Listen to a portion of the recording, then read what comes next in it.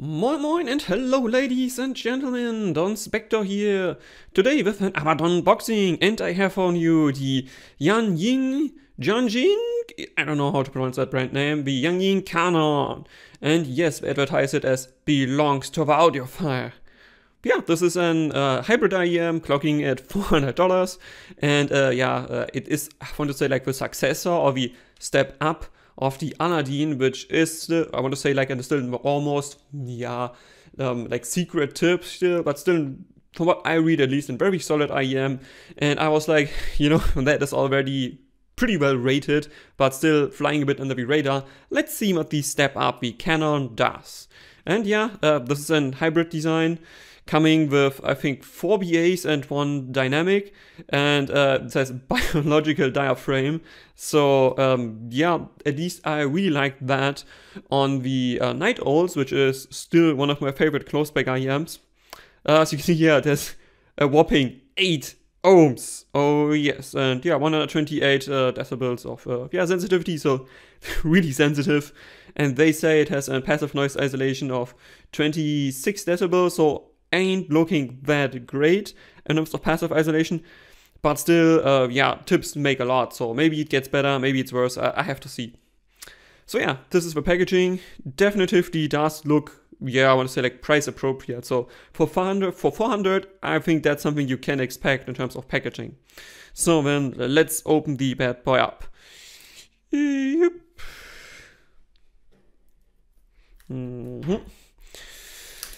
I did decide for this one because it has tuning switches, and a few of the graphs I didn't like what they produced, because I got to say, like, I'm a bit more in the camp bright IEMs. Like, definitely I like bright IEMs more than darkish IEMs, most of the time at least.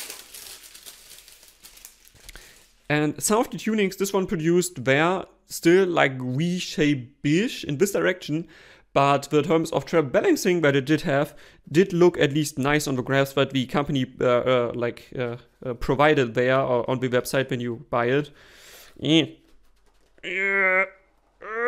That's really tight on here. Managed to remove it. So I will probably be listening to this more in the, I'm gonna say, bright settings of the tuning switches rather than the V-shaped settings. Or maybe even the warm settings, because it has one switch, it has 3 switches. The first one is for treble, the second one for mids, and the third one for bass. And so far, like, when I had an IEM with switches, the implementation was okay. This one did on the graphs look like it has like a decent amount of changes, like 3 or 4 decibels, so that will be noticeable. But I will have to, of course, have to find out how well it is in real life. So presentation here. I think these are like documents, maybe like the warranty card and stuff like that. Yeah, that's exactly what it is. So 2021, I don't know, but 02 or 1, like that, like this would be like a year old, or more than a year old if that is the time when it has been checked. But it at least looks like a human actually still looked at it. And you get the SIM slot spatula thing to actually flip the switches. Then let's look at the accessories first. So we get a random pair of silicone tips. At least it looks pretty random. Let me just take the small one to have a look at it. So that indeed looks like any other random tip. Let me just take a look on the inside. Yeah, that's a relatively thick core, as you can see here. It doesn't feel too squishy. The hole is like, the nozzle here is at least like medium wide diameter. Doesn't feel too soft. I'm not sure if that will work for me. It does smell pretty silicone-y though, so not a good start. Then let me remove. I just want to remove the left thing, not everything. I think that's the carrying case of the IEM. Then let me see if we get anything else beneath here. No. I think that was not intended, at least I don't think so. So, like, but why? Okay, I think that's everything you get. So, 1 times tips, the carrying case still packed in additional cardboard. It's a bit overkill, I got to say. And they're already teared apart. Okay, yes. So let's look at the carrying case before we come to the IMs. So this again looks like the classic fake stitching that most other carrying cases have. Yeah, look here, this looks like fake stitched and then glued again. Or is it? Yeah, there's glue. It's fake stitched and glued, so as usual. This feels, however, pretty solid. Like it's really that's a sturdy carrying case, and it feels like decently done. I don't think it's real leather. Let me just have a smell. Yeah, that's doesn't smell like real leather to me. But if it's good fake leather, like it feels not bad. If it is like real leather, it's not good real leather. And if it's fake leather, it's a decent fake leather. So yeah, definitely really sturdy. It's just it's a chunk of a carrying case. Wait, let me just get another one just for size comparison.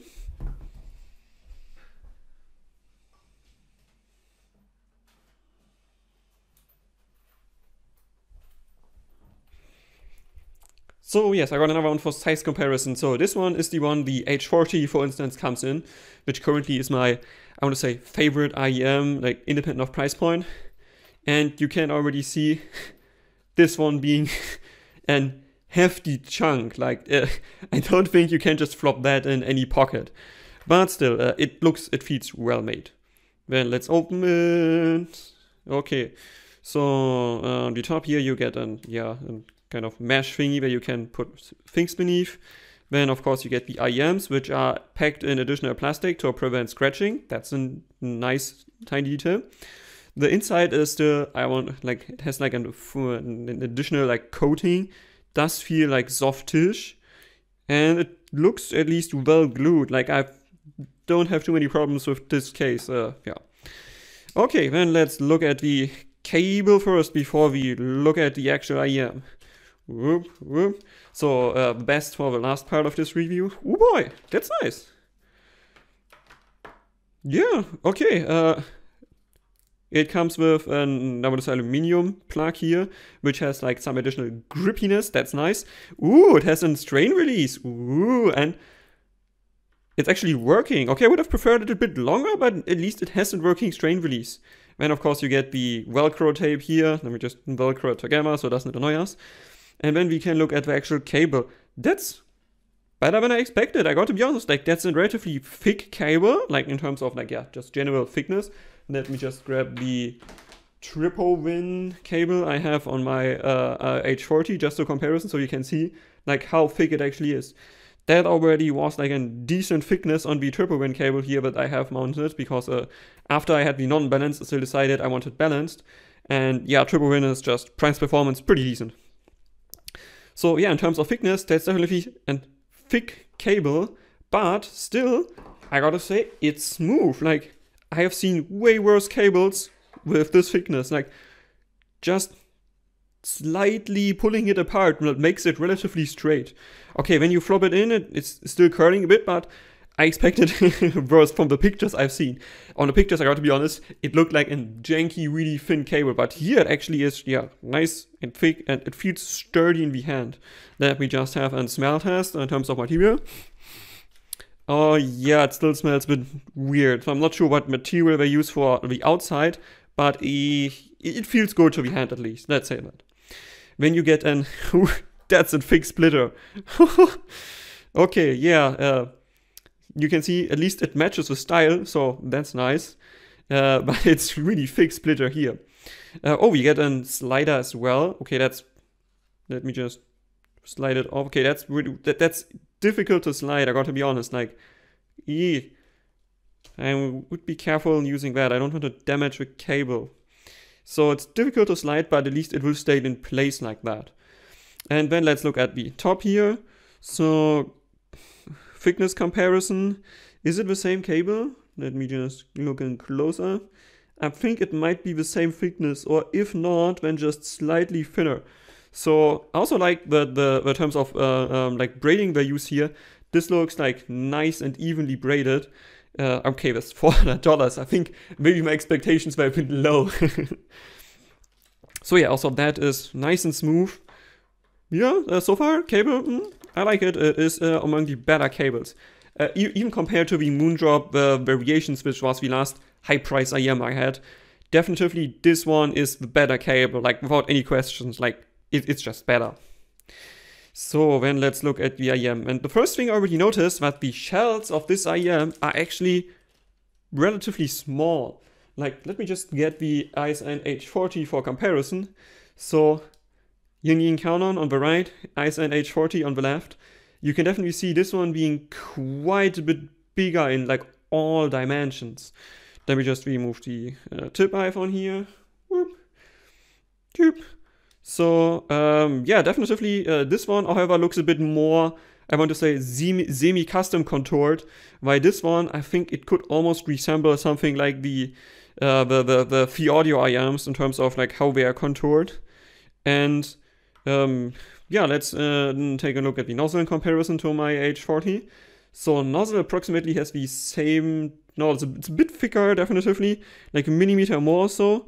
And you have this like weird lip going on here that is not like most other IMs. On the H40 here, that's a regular ass lip. That does look a bit weird. I'm not sure how well it will hold tips in place, but I have to see when I actually try it out. Yeah, grill, as you can see here, is just regular metal mesh, and it is relatively like thin though.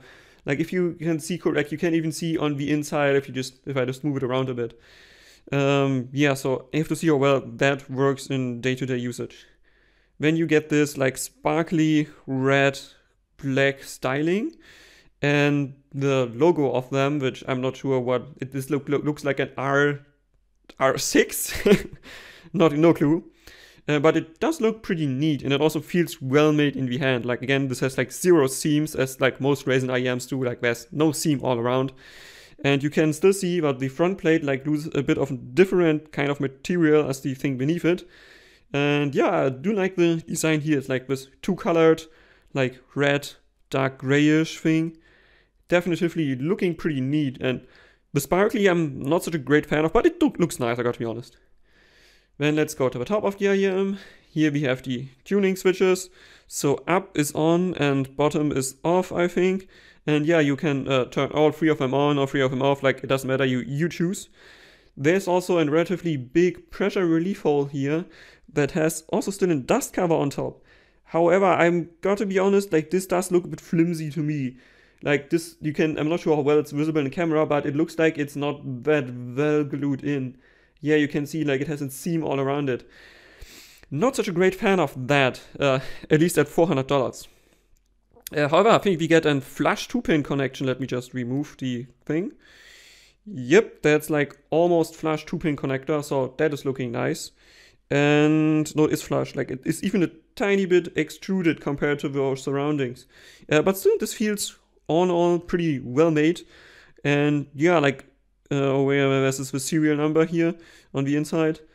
Yeah, no, it does look and feel well made to the hand. Just, I'm not sure if it will be worth 400. Like the variations definitely felt more worth its price, and that clocks in at not much more at the current pricing, at least, than the Canon here. So that's also why I will be comparing it in my review later on. Like this one goes in the direction of variations in terms of what it should deliver technicality-wise. And I just ordered it because I was curious, as really the Aladdin is so, like everyone who tested is like, this is a really nice IM, and I wanted to know like what the step up from that would be. So I have higher expectations in terms of sound than I had in terms of build, but still build did not disappoint me. So yeah, I have to see how sound does later on. Okay, that's it with the unboxing of the Yanyin Canon. Hope you liked it. If you have any questions, if you have critique, if you have feedback, or if you have other IMs that you could recommend to me, maybe that also widely fly under the radar, please leave a comment of that. And with this, Donspektor out.